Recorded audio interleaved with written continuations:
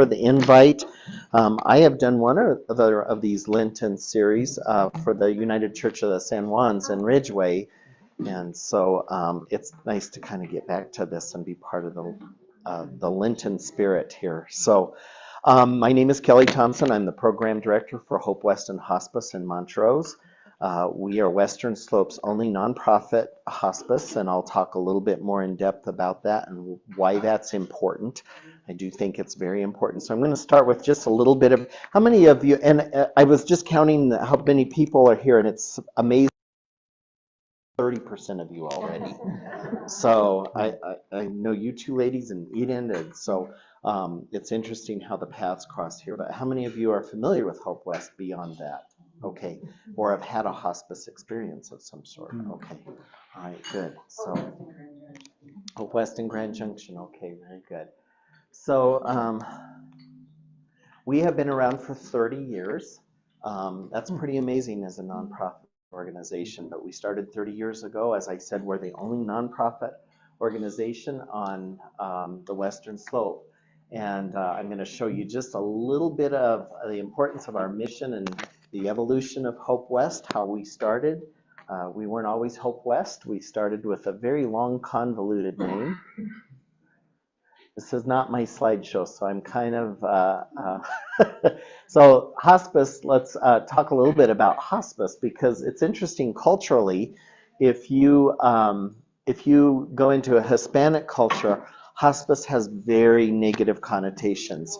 And so that's something that we're having to learn to bridge with our population here. But really what it means is a lodging for travelers. And what we feel that we are is that walk alongside for that last journey of life. So it kind of is fitting that it's a lodging or a place of comfort.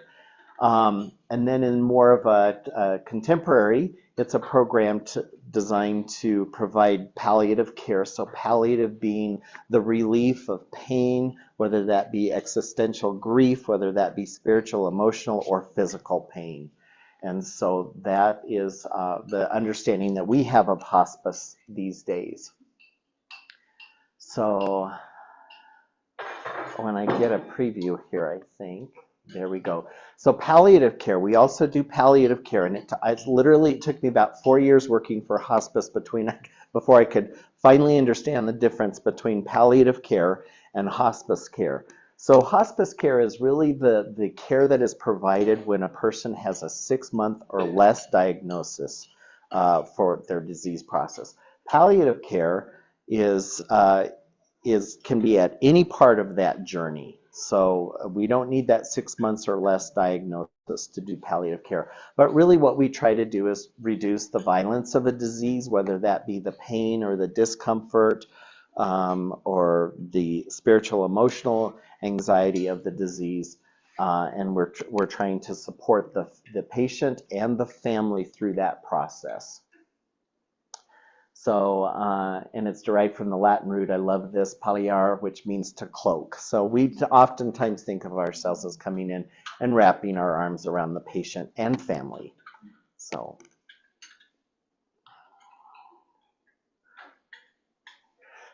the hospice movement started in Great Britain by a lady named Dame Cicely Saunders. She has since passed away, but it really started in 1967 in Great Britain, as I said, because she was a nurse in a hospital, and she noticed that when people had been diagnosed with a disease and it was very clear that they were going to be passing soon, she said the tendency was to put them in the farthest wing, the farthest room, and basically kind of close the door. And she said it just outraged her. And she said, this is not what we should be doing to people in their final days. So, of course, in 1969, a little closer to home, Elizabeth Kubler-Ross, of course, she was an import from Europe, but did live in the United States. So I'm sure we're familiar with Elizabeth Kubler-Ross. Okay, and she defined the stages of grief and dying. And then in 1974, we had Florence Wald, the Dean of Yale School of Nursing, and she founded the first hospice in the United States. So not that long ago. When you think about back to 1974, it's like, I remember those days. So barely, but I do. So, and then this is Dame Cicely Saunders. This is really what she rooted her whole hospice movement in. You matter because you are you, and you matter to the end of your life. So it was really about experiencing the best possible life you could have to the very, very end. And so, um, so we do all we can not only to help you die peacefully, but also to help you live until you die. So I'm gonna address one of the misconceptions about hospice right now that sometimes we have to really fight, and that is we do not accelerate death, nor do we prolong life. And it's so unfortunate that some people think we kind of step in and kind of move things along. And we do not do that. That's called homicide, and it is illegal. So we don't do that. We don't do that. So I just want to make that really clear. A lot of times we have patients, families, and really this is really more rooted in their grief of losing somebody. We come in and yes, we may administer morphine to help relieve pain and symptoms and get that patient comfortable. And very soon after that administration of that drug, they do pass. It's not because of the drug, it's because their body was finally able to relax and nature took over. So I think that's where that comes from a lot of times is right on the heels of a patient being comfortable, they go. And the other thing that we see a lot of times is when a loved one comes in and says, it's okay, go, we'll be fine. And then like within minutes, they're gone. So it's a beautiful experience. It really is. We've had nurses that have been in the labor and delivery, and then they become hospice nurses, and they say, we have realized that it is just as beautiful on one end of life as it is on the other end of life. So this is a picture of Dame Cicely Saunders.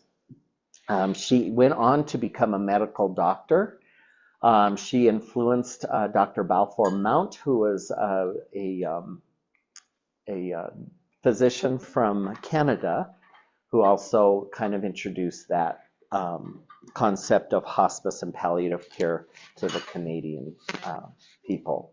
1980, our federal government made hospice a Medicare and Medicaid benefit for all Americans. So I don't know if you even know that, but that is a benefit that we all have as American citizens, that if we go under hospice care, either Medicaid or Medicare will pay for that. So, and that was pretty instrumental in 1980. The World Health Organization recognized palliative care as a distinct specialty dedicated to relieving suffering and improving the quality of life for patients in life-limiting illnesses. So all that is part of that benefit. So we started in 1993 by a compilation of care providers in Grand Junction. It was Community Hospital, Hilltop, Rocky Mountain Health Plan, St. Mary's Medical Center, and VA Medical Center all got together with this lady named Christy Whitney. And Christy Whitney was the pioneer of our organization. She retired just 2 years ago, but this lady was a visionary. I mean, I think she may have been part of the build it and they will come mentality, and there was never a concern about a price tag because it was the right thing to do. So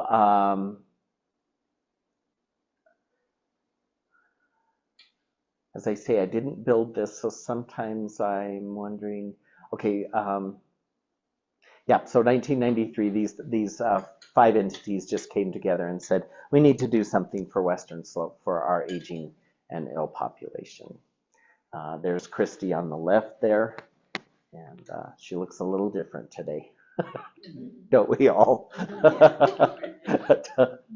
So this is sobering to me. In 1995, 72% of all hospices were declared nonprofit institutions. We did this because this is what you do to help people at the end of life. It's altruistic, it's compassionate, it's humanitarian. Look at how those numbers have flipped. In 2020, only 27% remain nonprofit. That's because people have figured out I can make money at this. And it's even higher. It's about 73% of the hospices are for profit. So I'm just super proud of working for a nonprofit. And that doesn't mean that we're not concerned with our bottom line and that we have to be in the black like anybody else. But we take that money is reinvested into patient care. We're not answering to people who are investors. They're not looking for a return. Our investors are our communities that we serve. And so that's where we put our money is back into the programs. My dad died at the hospice in Grand Junction, and I happened to go down the rabbit hole one night in hospice care on the internet, and I started reading all these horror stories and so forth, and finally somebody came in and said, wait a minute, you guys are talking about for-profit centers. I mean, they were talking about lack of care and all that, and he said you're comparing apples to oranges in some ways. And so he was saying the best thing you can do is find a nonprofit. At least the guy, it was a physician that came in there and said, if you have access to a nonprofit, try to go to the nonprofit.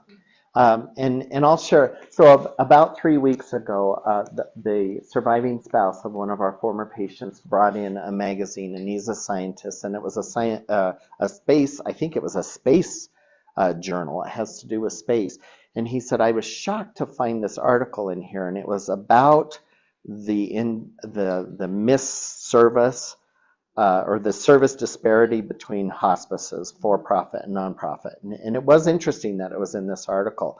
But one of the things they highlighted out of 81 countries kind of surveyed for end-of-life services, do you want to know where the United States ranked? Oh, I want to know. 43 out of the worst places to die. And the article was attributing it all to the minimal care that is provided for profits, because again you have these investors. And so I'm not here to despair anybody, because I know there are great hospices out there that are for profit, and I know there's some nonprofits that are struggling. But it is interesting to me, and it made a lot of sense, and they were focusing on that last week of life. And we send out nurses or CNAs or social workers every day, as long as the family is wanting that. Sometimes the family says not today. But we put those patients on what we call daily visits to make sure the patient and his family are supported well. That costs money. That costs money. And so it made sense when they explained that for-profit is not going to be, much open to that. We are also rated on how many visits a patient will get in the last week, and I'll talk a little bit of that later, and I'm going to give you some information to take home. But there's a hospice rating on how many visits did that patient have, and the article highlighted the disparity there to how few. So our vision to be the region's leading provider of serious illness, I do believe we are. Our ratings show that. Our patient surveys, our patient family surveys show that. And so do we hit the mark 100% every single time? No, because we're human. But we take those experiences and we really try to learn from them and say, what can we do differently? I'll never forget in my orientation, the CFO of our organization told the story of a patient who was in our care facility, and they were of Eastern religious background. And of course, we kept coming in. Do you guys need anything? Kept coming in, cleaning him, kept coming in. And we learned later that the daughter was, sorry, this always chokes me up. the daughter was trying to send her father's spirit. That was part of their culture. And we kept interrupting that. And so when that was shared with us, it was like, oh my gosh, we have to be aware of this, the differences. Sorry, that just always chokes me up. So anyway, um, we really try to learn from the things that maybe we could have done better. So our mission through creativity, volunteerism, and philanthropy, we profoundly change the experiences of aging, illness, and grief one family at a time. And I know we've got volunteers here in the room and people who have experienced our services, but we have just about 1,400 volunteers across the organization that help us do what we do. We couldn't do it without them. I'm getting ready for our gala, which is this weekend. It's our biggest fundraiser, and that's the thing that allows us to do those daily visits because we're not worried about our investors. You're our investors. So that allows us to do those daily visits. The profits from Heirlooms for Hospice allows us to do those. Philanthropy, people giving memorial donations. So that's how we can do that work. So our values: honor and respect, open and curiosity, personal accountability, enjoyment and appreciation, wisdom seeking, empathy, spirit of volunteerism, generosity and service, and teamwork with trust. And it's interesting because every time we get somebody that we're interviewing for a position, we refer to these values and they say, that was the one thing that sold me on, I want to work there. Because, and we live by these. We live by these every day. So just a quick timeline. 1993 is when we started. 1994, this was interesting to me. Plateau Valley, anybody know where Plateau Valley is? It's up on Grand Mesa between Colburn and the town of Mesa. Little tiny area. I mean, it's a huge area, but tiny communities. They have about 18 hospice patients up there right now. So well served. 1995, our Delta office opened. 1996, we used to call it the Black Tie and Boots Gala. So it's just our gala now. But and then 1997, our first Camp Good Grief for children. I'll talk a little bit more about how expansive our programs are. In 2000, Heirlooms for Hospice first opened in Grand Junction. We still have 3 stores now. So that's in Grand Junction, Delta, and Montrose. They're all on Main Street. Yeah. Can't miss it. Yeah. And then in 2008, our Ferris Hospice Care Center opened. And so that's where your father was, is that? Yeah. Okay, so that's our care center. It's a 13-bed care center. It's not a residential care center, so people don't go there to live. But typically we send them there because they're having pain or symptom management issues that we want to get under control. The intention is for them to go back home, because where do you want to be? I want to be home. I want to be home. And so not all of them make it, unfortunately. As I told you, sometimes when that pain and symptoms are relieved, that's when they let go. So 2008, so in the bottom of that, we have Spoon's Bistro and Bakery. Who's eaten at Spoon's? Yeah. It's great food. It's great food. And so Spoon's Bistro and Bakery. Christy Whitney, as I said, was a visionary. She wanted people to know about us before they needed us. So we had a coffee shop there. We have the restaurant. Really just a lot of services that she thinks is important. I want people to not, because most people, it's the rug been pulled out from under them. You go into the hospital because something happened and you've been told this news, and it's like, wait, I'm feeling fine. And so, well, you're not feeling fine if you're in the hospital, but sometimes that diagnosis is just like, I have no idea. I have a friend right now whose 42-year-old son has just been diagnosed with, his pancreatic cancer and mets to the liver. So he's, he had no idea. He had no idea. So talk about the rug being pulled out from you. This is great because if there's family with a loved one there, Yes. You can just go down and Yep. Beautiful restaurant. Yes, it is. Great outdoor. Yeah. And Charlie for years has gone to prime rib dinner with his grandmother once a year. Mm-hmm. Yep. Good. Yeah. and they do carry out meals and all that. So in 2016, we've been around longer than this. So we've been in Montrose for 27 years. The organization celebrated 30 years. We opened our office in Montrose 3 years after the Grand Junction. But that's our building there. We're right across Nevada from the hospital.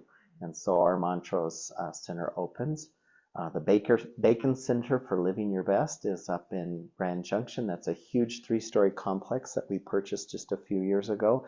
And that's where our PACE program is. So PACE is program for all-inclusive care for the elderly. And that is run in Montrose by Volunteers of America. So you can only have one per county, although they're looking at changing that. But My daughter-in-law just started working for us. Up in Junction? Here. Oh, here in, Yeah, okay, yeah. yeah, great, yeah. And then last year we celebrated 30 years, so we're on to 31 now.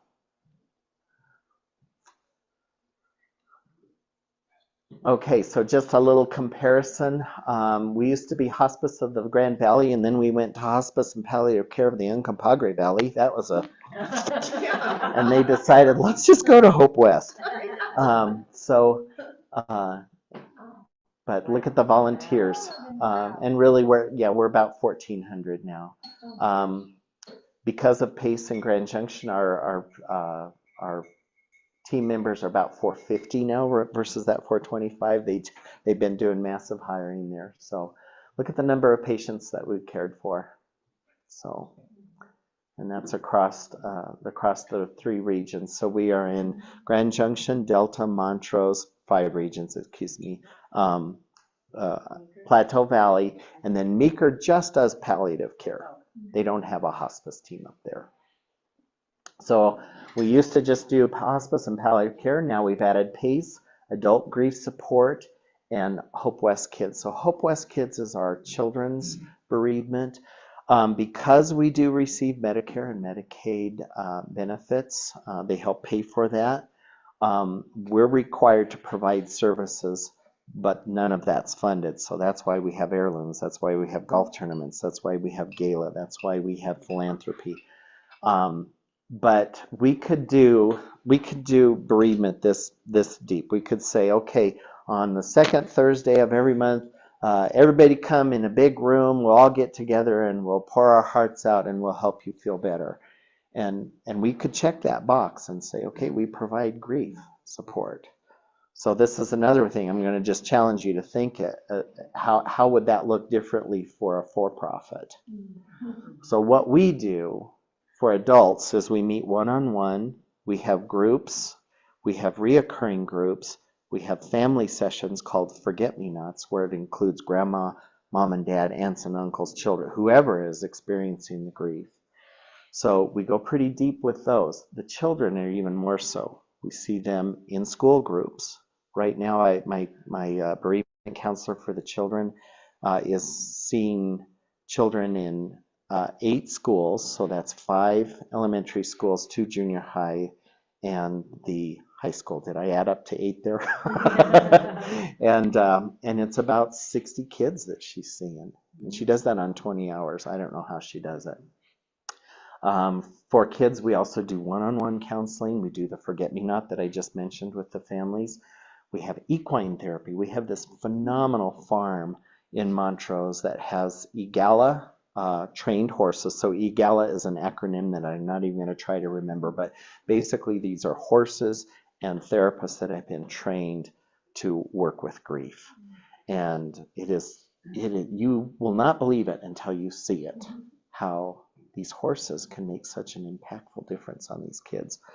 So we have Camp Good Grief. We have Itty Bitty Camp, which is for those little 3 and 4 years old that can't really be away from mom and dad for the night, but are still experiencing grief. So we have that camp in Grand Junction. So I'm not going to read all this to you, but I'm going to let you just take a look at it for a minute, and if you have any questions, I can answer them for you. I think a lot of them I've already talked about. This Rocky Transitions in Care, this is if anybody has Rocky Mountain Health Plans. We have a collaboration with them for palliative care where we can step in and kind of help with some of the Are cares they there. now United Health? Right. So, but Yeah. it's still. Yeah.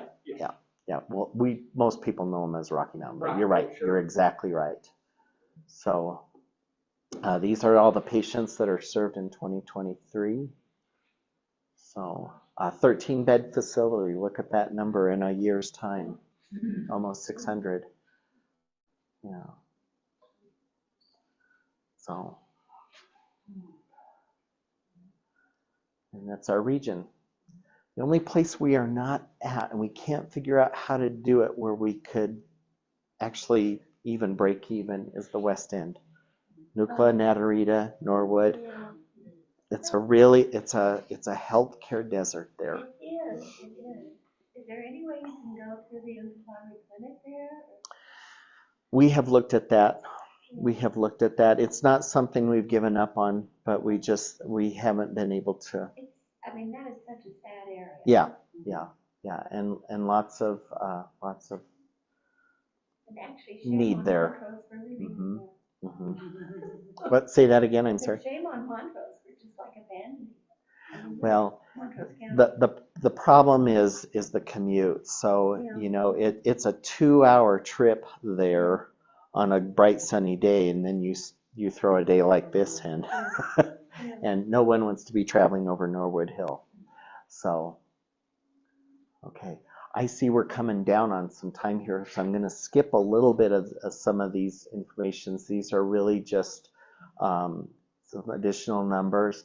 I want to just say that hospice isn't, we always think of hospice as being for cancer people and older people. And I have been to 3 funerals this year, all of them patients of ours. One was 35. One was 59 and one was 54. So it's not what we think it would be. So it can be chronic respiratory condition, heart condition. So it's not always just the cancers. Hopefully I brought you a little bit more understanding of palliative care. It's at any stage of the disease. It's a transition between late life and end of life. We implement to current treatments. So a patient can be on chemotherapy or radiation and we can see them palliatively. It's typically paid by insurance, so it's not a Medicare, Medicaid benefit, but typically people have insurance that will take care of it. And yes, and if they don't, we do provide a sliding care scale for our care. Sliding scale for our care. There we go. Do you ever have days like that? Oh yeah. These folks know it. So, but one of our things that I also am very proud of is that we never turn down a patient because of their ability to pay. Just about every year I've got at least one patient that is a hospice patient that is, it's all scholarship. So hospice, we do have to have the prognosis of 6 months or less. So I'm going to dispel another miscommunication here or misunderstanding, is that if I sign on to hospice, I'm never getting off. Not true. We can sign people onto hospice. The very next week, your oncologist calls you and says, oh my gosh, there's this great new treatment I just heard about. I think you're perfect for it. You call us up and say, I want to seek aggressive treatment. Fine, we'll come out with a discharge paper. Now, what we don't like to do is walk away from you. We'll say, how about if we back off into palliative care? That way we can still be involved and we can still kind of help you walk through that journey. So we don't have imaginary fish hooks that we hook into you and we got you now. So joke, my grandmother flunked hospice twice. She's the one that lived to 103. Yeah. So it's like, okay, I think you're all right. Well, then she went back in. Okay, I think you're okay. We call it graduating. Yeah, So you graduated from hospice. And then the other misunderstanding is, well, what if I don't die in 6 months? Yeah, we're not giving you an expiration date at all. That's if the disease follows its normal progression. So we just had a patient last week, 5 years. 5 years with us. So it just means that at 6 months, our physician has to evaluate and say, yes, that you still have the disease. If it progresses like it normally progresses, we would think that you would succumb within 6 months. So, as I say, we've had patients on for years and years. We don't typically like that because those cause audits from the federal government that can be very expensive for us, and so. But anyway, there's no gotcha on this. In my own experience and my clinical pastoral education, I spent in a hospital basically mostly with hospice patients. And I can remember one in particular where I spent 2 days praying the rosary over someone who wasn't expected to live. I went back the third day. She was in the TV room watching TV, just having a good time. And I'm like, what the heck happened? And Yeah. just like that, just in and out of hospice. You're laying on hands, it's something, I guess. Yeah, so, but yeah, that's the Yeah. wonderful thing is, and I agree that's that thing that most people misunderstand is that once in hospice doesn't mean you're going to stay in hospice, and Right. it doesn't mean you're going to die right away. It's Right. it's And really it doesn't about mean you're care. going to die of your disease. Your disease. My own father, who I could tell my mother was burning out. I said, Dad, how about if we get you guys some help? How about palliative? I don't need those people in my house. Those people? Dad, I'm one of those people. What does that mean? And right away I'm thinking, okay, he thinks we're going to come in and accelerate things. I don't know I never had that conversation with him. But he finally agreed to have Julie Lowther come out. Julie Lowther is one of our amazing nurses. And she said, Fred, what do you think's happening to you? And he says, well, I'm dying. She says, okay, well, how do you feel about that? He says, I'm fine. I've lived a great life. He was 89. And he said, I've lived a great life and I'm ready to go. And she said, well, what do you want that to look like? And he said, right here in this chair. I want to be sitting in this chair. And she said, then I think you need us. Because if we're not involved, there's going to be an event, possibly. You're going to end up going somewhere you don't want to be. You're going to have things being done to you you don't want to have done to you. And my dad was like, sign me up. And, of course, he was hospice eligible. So, my palliative thing was just to get the foot in the door. And so, anyway, he signed up. He did not die from his disease. He died from an event. So it was probably a heart attack. He'd had 2 before, but he had respiratory issues. And so that's not what he died from. I mentioned all of these with the exception of Open Studio, which is an art program that we have kids come to, and they do projects that help them express their grief and handle that. We do 2 memorials a year, just so that families can kind of come and we remember their loved one. So, look at the ways you can volunteer here. So we've had volunteers in our itty bitty camp, Camp Good Reef, patient and family support. We have people that go and spell the loved ones so they can have an hour or 2 to go have coffee with somebody.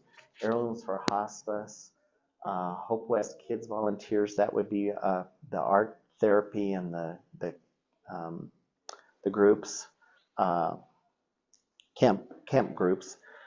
Tanglewood Gardens, we have volunteers that come take care of our gardens. We have a gorgeous memorial garden in our facility here, as they do in Grand Junction. So lots of different ways to volunteer. We have a lot of volunteers that come just for the gala. So we'll be seeing a lot of them tomorrow morning at 8 o'clock. This is what our volunteers think of us. So overall satisfaction, 4.88 out of 5. That's not bad. And a 4.93 willingness to recommend.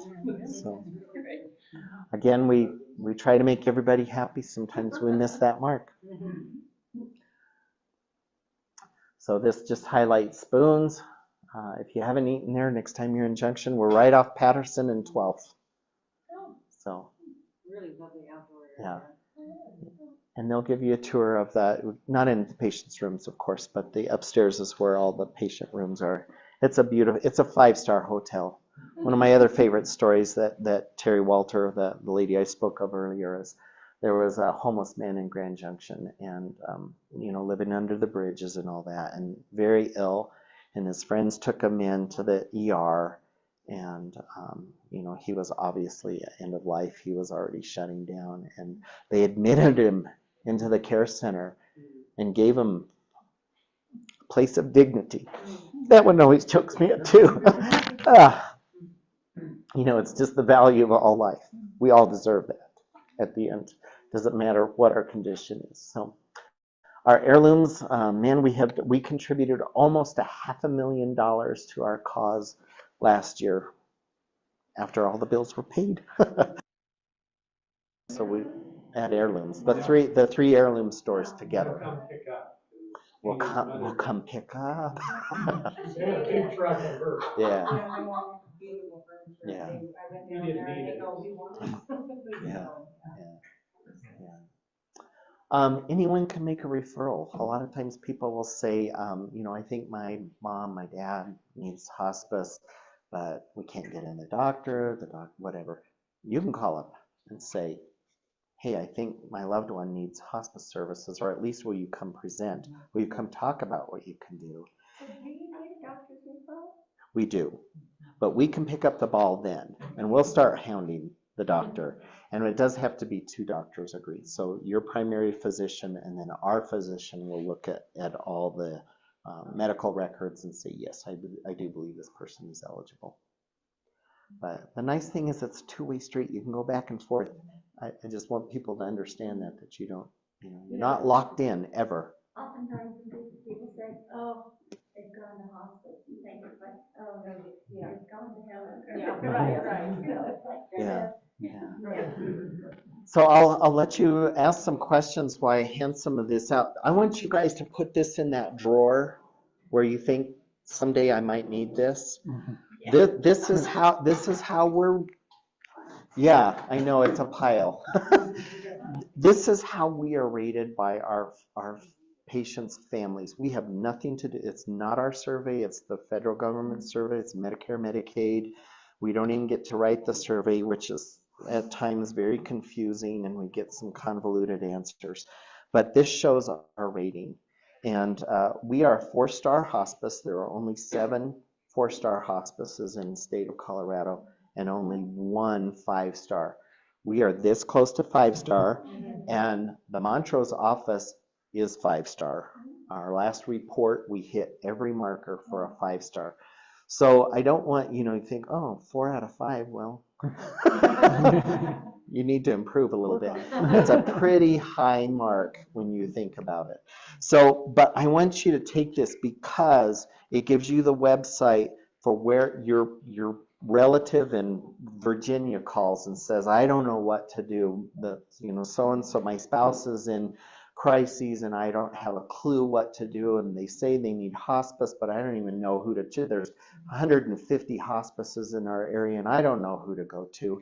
Say, oh, I've got something for you here. HospiceCompare.com. They go there, they type in their zip code. You get a full report of every hospice there, whether they're for-profit, whether they're nonprofit. There are some for-profits that have very high marks. There are some nonprofits that don't have such high marks. So that's why I'm saying just because I'm a nonprofit doesn't mean I'm the best, although that's true here. So would you mind just passing those around? Hang on to that because it's good everywhere. It's good everywhere. You got someone in Minnesota and they can go on to that and they can find out. This is the Cliff Note version of everything I just presented to you. Just one, okay. And alrighty. It's the Cliff Notes, but it'll help you. How are you? It's so good to see you. You bet. Do you want more than one? One is good? Okay. Thank you. Thank you very much. So any questions, anything that I wasn't clear on or could better explain? Others know this, but I don't, but your building that is pictured behind you, that's the building in Montrose? No, that's This, right. this is actually Grand Junction, but our building looks very similar because it was the same architect. So I mean, right down to the wallpaper in our office mirrors that care center and the stained glass windows and all that, so. And are there places in there for the patients? No, so when you start talking patient care, your building expenses go up exponentially because you've got to have oxygen hookup and fire suppression and doors that automatically close. And so we do not have patient care in our building, but we also don't have that much need for it. So we have a hospice room at the hospital that we contract with them, and we have the care center. So if patients kind of really need that intense service, but they don't want to go to Grand Junction because it's a hardship, the spouse is 89 years old and doesn't really drive, we can put them in the hospice room. It's less than one body a person as far as need. So it's like 0.93 of a person in need for a hospice center in Montrose. So we had land donated to us years ago, and if we didn't build within a certain period, it reverted back to the family, and so that land went back to them.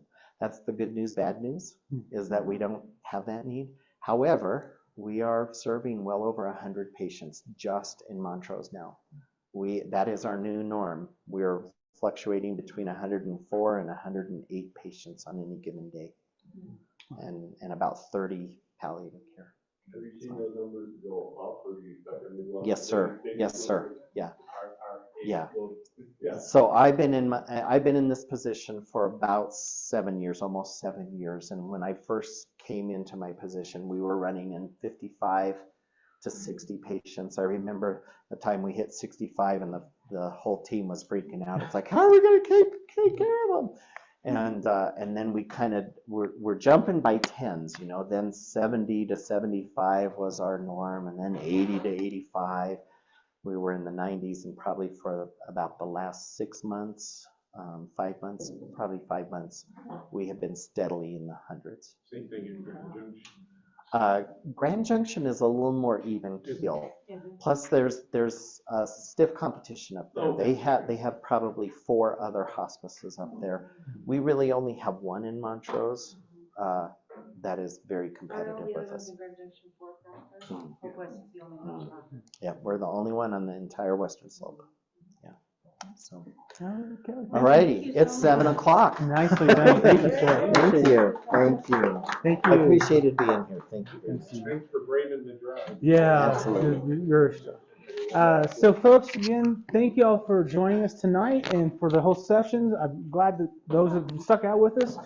Next week is all about wrapping it all up, and my Notary Public stamp finally came in, and so I am a Notary Public for the state of Colorado, and so if you have a will or something like that you're working on and need to have notarized, I'll be happy to do that next week. If there's anything else that you guys need to work on, but my main goal has always been, from day one, I want your funeral plans. I know. Okay, so that's what really. You know what Come he up told with me? them He for said, me. just plan a day for me. And I go, oh, No. okay. So, He doesn't want to do any work. So again, my whole goal is to have a funeral plan for every member of this church in our files, so that when this does happen, we know exactly what you want as far as an Episcopal funeral service goes. I'll be happy to store anything else that you want in there. Obviously, we don't want financial information, things like that. But as we've gone through all this paperwork these entire few weeks, we've talked about all these things that we really should try to have as our final gift to our family members. We want to make sure and help facilitate that. And I hope that this has been helpful. And then again, next week, anything else we want to wrap up on, we'll talk about a few more of those topics. But my main focus for next week is going to be to have everyone bring in a funeral plan. Doesn't So have to be next week, maybe 3 or 4 months down. well, let's bring it in, and let's start working on it. Okay, bring the stuff in that we have. And I'm really interested in those 3 pages that I had that were really about the Episcopal funeral service. Making sure you pick the scriptures that you want to hear, because like I said, I hate it when someone comes in and says, I don't know what scripture they like the most. And I'm like, do you have a Bible that's been highlighted? Anything like that? And they have nothing, you know. And so it's like, let's get ahead of this a little bit so that when this does happen, our families don't have to question, ask, and or just flat out say, I don't go to church, I don't care. And I've had enough of that too. Because I've had plenty of people say, I just don't do church anymore, so I have no idea what to even think. And so they'll So see. Mark, could we have Phil come and do all those songs so we can pick out which one? Yeah, can we have just play it? Just play right here in Canada. You know, I can see about getting it programmed or something. We can see what happens. Name Yeah, that so- too. Make us a CD. 3 notes. Here you go. Oh, name that too. Name it Okay. and name that him. Name that him. All right. Well, thank y'all all again. Thank you, Carol. Thank you so much for dinner. It was wonderful. Y'all have a good Can night. you notarize the will? I wrote one out on the back of The an napkin. envelope. I can, as long as it doesn't exclude certain. Yeah. Thank you very much. I was gonna say, don't forget music in that. Yeah. Oh, no, it's all part of it. I had to sing "Send in the Clowns." Oh, my It God. was his favorite song. Well, that's it's kind of a nice song. I mean, the I title is bad, but. Okay. Oh, my gosh. And thank God the minister that was doing the